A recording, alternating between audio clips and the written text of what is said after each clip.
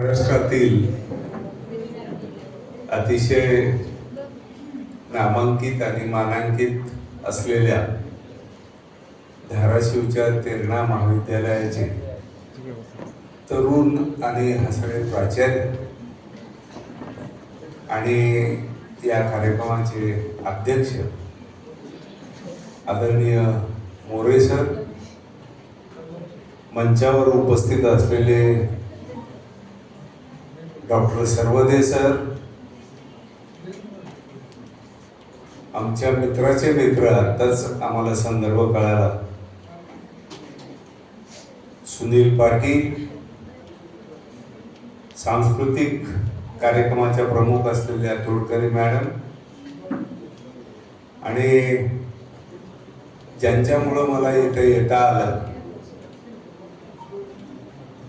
तेही माझ्या मित्राचे मित्रच आहेत, आदरणीय उकरिडे सर,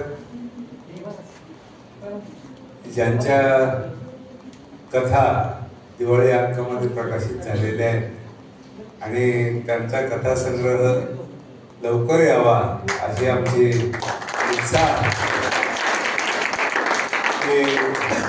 अविनाश पाटील, ज्यांनी मला लातूरून इथं आणलं, त्या शिंदे मॅडम, श्री कापसेजी आणि या कार्यक्रमाचं सुंदर सूत्रसंचालन करत असलेल्या डॉक्टर पवार आणि उपस्थित प्राध्यापक, प्राध्यापिका आणि या कार्यक्रमास पारितोषिक वितरणाच्या कार्यक्रमास उपस्थित असलेले, उत्साहानं उपस्थित असलेले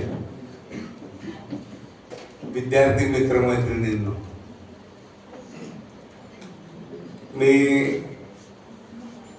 सर्वप्रथम आपणास सांगू इच्छितो की मी प्राध्यापक नाही किंवा नव्हतो.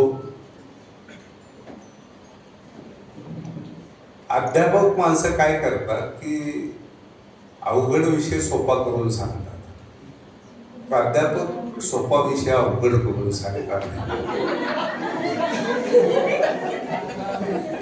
मी जलसंपदा खात्यामध्ये जवळपास 38 वर्ष 7 महिने 22 दिवस माझी सेवा पूर्ण केलेला आणि कवितेवर आणि माणसावर नितांत प्रेम करणारा आपल्या जिल्ह्याचाच रहिवासी आहे, मुरुम या गावचा. जे निष्ठून चाललंय ते पकडून देण्याचा मी प्रयत्न करतो. कमी होत चाललेलं प्रेम, आटत चाललेला जिव्हाळा, वृद्धाश्रमाची वाढत चाललेली संख्या, मीडियाचं झालेले आवेगी आक्रमण, भावाभावामध्ये वाढलेली ईर्ष्या, लेकरांच्या डोळ्यासमोर असलेले चुकीचे आदर्श, हे आमच्या चिंतेचे आणि चिंतनाचे विषय आहेत. मला उकरिडे सर, प्राचार्य महोदय आणि त्यांच्या सर्व सहकाऱ्यांनी आठवण करून बोलावलं इथं. खूप छान वाटतं की कुणीतरी आपली आठवण करतंय, ही भावना फार सुखावणारी असते. आठवण करून बोलावल्यावर काय वाटतं सांगतो तुम्हाला, की कुणीतरी वाट बघतं म्हणून चालणं सोपं होतं. कुणीतरी वाट बघतं म्हणून चालणं सोपं होतं. कुणीतरी ऐकून घेतं म्हणून बोलणं सोपं होतं. कुणीतरी वाट बघतं म्हणून चालणं सोपं होतं. कुणीतरी ऐकून घेतं म्हणून बोलणं सोपं होतं. कुणीतरी मोठं होतं म्हणून शिकवणं सोपं होतं आणि कुणीतरी आठवण करतं म्हणून जगणं सोपं होतं.